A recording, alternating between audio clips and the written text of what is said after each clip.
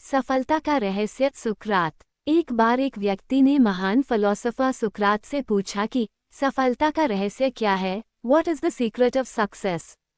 सुकरात ने उस इंसान को कहा कि वह कल सुबह नदी के पास मिले, वहीं पर उसे अपने प्रश्न का जवाब मिलेगा। जब दूसरे दिन सुबह वह व्यक्ति नदी के पास मिला तो सुकरात ने उसको नदी में उतरकर नदी गहराई की गहराई मापने के लिए कहा।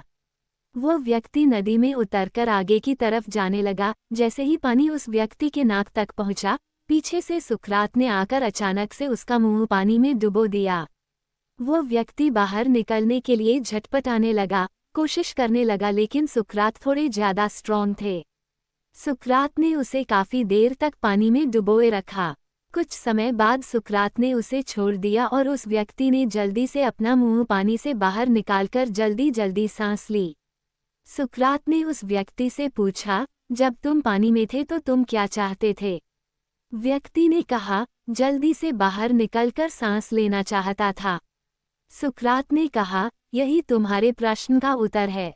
जब तुम सफलता को उतनी ही तीव्र इच्छा से चाहोगे जितनी तीव्र इच्छा से तुम सांस लेना चाहते हैं, तो तुम्हें सफलता निश्चित रूप से मिल जाएगी। अभ्यास का महत्व। प्राचीन समय में विद्यार्थी गुरुकुल में रहकर ही पढ़ा करते थे। बच्चे को शिक्षा ग्रहण करने के लिए गुरुकुल में भेजा जाता था। बच्चे गुरुकुल में गुरु के सानिध्य में आश्रम की देखभाल किया करते थे और अध्ययन भी किया करते थे। वरदराज को भी सभी की तरह गुरुकुल भेज दिया गया। वहां आश्रम में अपने साथियों के साथ घुलने मिलने लगा, लेकिन वह पढ़ने में बहुत ही कमजोर था। गुरुजी की कोई भी बात उसके बहुत कम समझ में आती थी। इस कारण सभी के बीच वह उपहास का कारण बनता है। उसके सारे साथी अगली कक्षा में चले गए, लेकिन वो आगे नहीं बढ़ पाया। गुरुजी ने भी आखिर हार मानकर उसे बोला, बेटा वरदराज, मैंने सारे प्रयास करके देख लिए हैं। अब यही उचित होगा कि तुम यहाँ अपना समय बर्बाद मत करो। अपने घर चले जाओ और घर वालों की काम में मदद करो। वरदराज ने भी सोचा कि शायद विद्या मेरी किस्मत में नहीं है, और भारी मन से गुरुकुल से घर के लिए निकल गया। दोपहर का समय था। रास्ते में उसे प्यास लगने लगी। इधर उधर देखने पर उसने पाया कि थोड़ी दूर पर ही कुछ महिलाएं कुएं से पानी भर रही थी। वो कुएं के पास गया। वहां पत्थरों पर रस्सी के आने जाने से निशान बने हुए थे, तो उसने महिलाओं से पूछा, ये निशान आपने कैसे बनाए। तो एक महिला ने जवाब दिया, बेटी, ये निशान हमने नहीं बनाए। ये तो पानी खींचते समय इस कोमल रस्सी के बार बार आने जाने से ठोस पत्थर पर भी ऐसे निशान बन गए हैं। वरदराज सोच में पड़ गया। उसने विचार किया कि जब एक कोमल से रस्सी के बार बार आने जाने से एक ठोस पत्थर पर गहरे निशान बन सकते हैं, तो निरंतर अभ्यास से मैं विद्या ग्रहण क्यों नहीं कर सकता। वरदराज ढेर सारे उत्साह के साथ वापस गुरुकुल आया और अथक कड़ी मेहनत की। गुरुजी ने भी खुश होकर भरपूर सहयोग किया। कुछ ही सालों बाद यही मंदबुद्धि बालक वरदराज आगे चलकर संस्कृत व्याकरण का महान विद्वान बना, जिसने लघु सिद्धांत कौमुदी, मध्य सिद्धांत कौमुदी, सार सिद्धांत कौमुदी, गीर्वाण पद्मंजरी की रचना की। शिक्ष। दोस्तों, अभ्यास की शक्ति का तो कहना ही क्या है। यह आपके हर सपने को पूरा करेगी। अभ्यास बहुत जरूरी है, चाहे वो खेल में हो या पढ़ाई में या किसी और चीज में। बिना अभ्यास के आप सफल नहीं हो सकते हो। अगर आप बिना अभ्यास के केवल किस्मत के भरोसे बैठे रहोगे, तो आखिर में आपको अभिनव बिंद्रा, जिद और जुनून ने दिलाया गोल्ड। ओलंपिक में भारत को गोल्ड मेडल मिलने से हर भारतवासी खुशी से झूम उठा। बिंद्रा की जिद और जुनून ने उन्हें इस मुकाम पर पहुंचाया है। बैंकॉक में हुए वर्ल्ड शूटिंग चैंपियनशिप में बिंद्रा की टीममेट रही इंटरनेशनल शूटर श्वेता चौधरी ने कहा कि बिंद्रा ने जो कहा वह कर दिखाया। श्वेता मामूली अंतर से ओलंपिक टीम में जगह बनाने में नाकाम रहीं। श्वेता ने बताया कि बिंद्रा ओलंपिक गोल्ड के लिए पिछले 4 साल से अनवरत मेहनत कर रहे थे। बिंद्रा ने जो कहा वह कर दिखाया। ऐसे बदली दुनिया। श्वेता बताती हैं कि एथेंस ओलंपिक के बाद अभिनव के व्यवहार में चेंज आया। एथेंस ओलंपिक में पदक हासिल न करने के बाद ही उन्होंने निश्चय कर लिया था कि वह अगला मौका बीजिंग ओलंपिक नहीं गंवाएंगे। एक स्मरण सुनाते हुए श्वेता ने कहा कि बैंकॉक में वर्ल्ड चैंपियनशिप के दौरान जब भारतीय टीम के अन्य शूटर शाम को शहर घूमने गए थे, बिंद्रा जिम में एक्सरसाइज कर रहे थे। शायद अभिनव को एथेंस ओलंपिक में पदक नहीं जीतने का सदमा ऐसा लगा कि उनके व्यवहार में काफी परिवर्तन आ गया। उसके बाद से वह रिजर्व रहने लगे। इसके पहले वह साथियों के बीच आकर हंसी मजाक करते थे। इसके बाद वह लगातार विदेशों में जाकर प्रैक्टिस करते रहे। श्वेता ने बताया कि बिंद्रा ने स्वयं ही अपने लिए प्राइवेट कोच, पॉडोक्लॉजिस्ट व फिजियो नियुक्त किया था।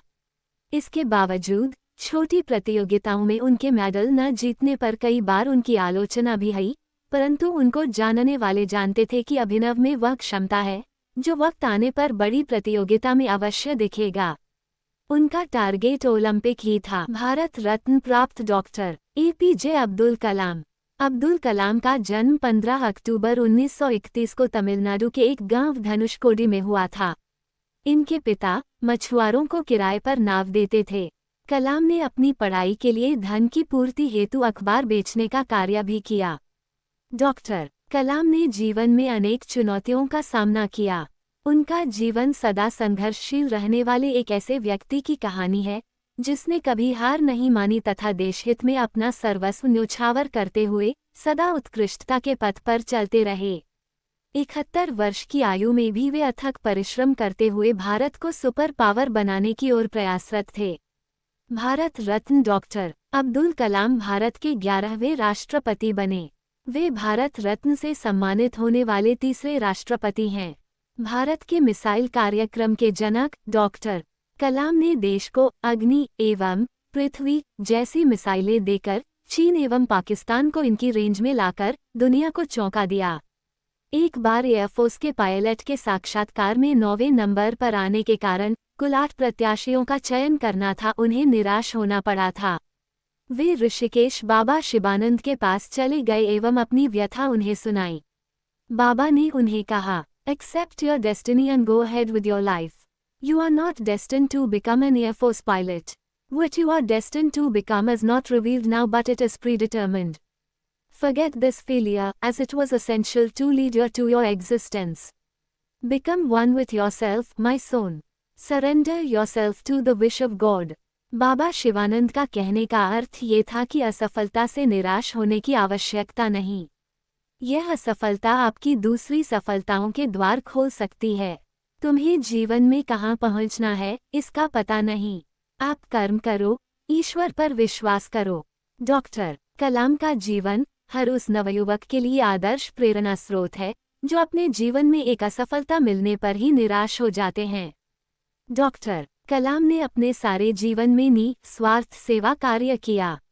उनका राष्ट्र प्रेम और उनका देशभक्ति का जज्बा हर भारतीय के लिए सबक एवं प्रेरणा का। गणितज्ञ रामानुजन, धुन के पक्के। रामानुजन का जन्म एक गरीब परिवार में 22 दिसंबर 1887 को तमिलनाडु के इरोल कस्बे में हुआ था। उनके पिता एक साड़ी की दुकान पर क्लर्क का काम करते थे। रामानुजन के जीवन पर उनकी मां का बहुत प्रभाव था। जब वे 11 वर्ष के थे तो उन्होंने SL लोनी द्वारा लिखित गणित की किताब की पूरी मास्टरी कर ली थी। गणित का ज्ञान तो जैसे उन्हें ईश्वर के यहाँ से ही मिला था। 14 वर्ष की उम्र में उन्हें मेरिट सर्टिफिकेट्स एवं कई अवार्ड मिले। वर्ष 1904 में जब उन्होंने टाउन हाई स्कूल से स्नातक पास की तो उन्हें के रंगनाथा राव पुरस्कार प्रधानाध्यापक कृष्ण स्वामी अय्यर द्वारा प्रदान किया गया। वर्ष 1909 में उनकी शादी हुई। उसके बाद वर्ष 1910 में उनका एक ऑपरेशन हुआ। घर वालों के पास उनके ऑपरेशन हेतु पर्याप्त राशि नहीं थी। एक डॉक्टर ने उनका मुफ्त में ये ऑपरेशन किया था। इस ऑपरेशन के बाद रामानुजन नौकरी की तलाश में जुट गए। वे मद्रास में जगह जगह नौकरी के लिए घूमे। इसके लिए उन्होंने ट्यूशन भी किए। वे पुनः बीमार पड़ गए। इसी बीच वे गणित में अपना कार्य करते रहे। ठीक होने के बाद उनका संपर्क नेल्लोर के जिला कलेक्टर रामचंद्र राव से हुआ। वह रामानुजन के गणित में कार्य से बेहद प्रभावित हुए। उन्होंने रामानुजन की आर्थिक मदद भी की। वर्ष 1912 में उन्हें मद्रास में चीफ अकाउंटेंट के ऑफिस में क्लर्क की नौकरी भी मिल गई। वे ऑफिस का कार्य जल्दी पूरा करने के बाद गणित का रिसर्च करते रहते। इसके बाद वे इंग्लैंड चले गए।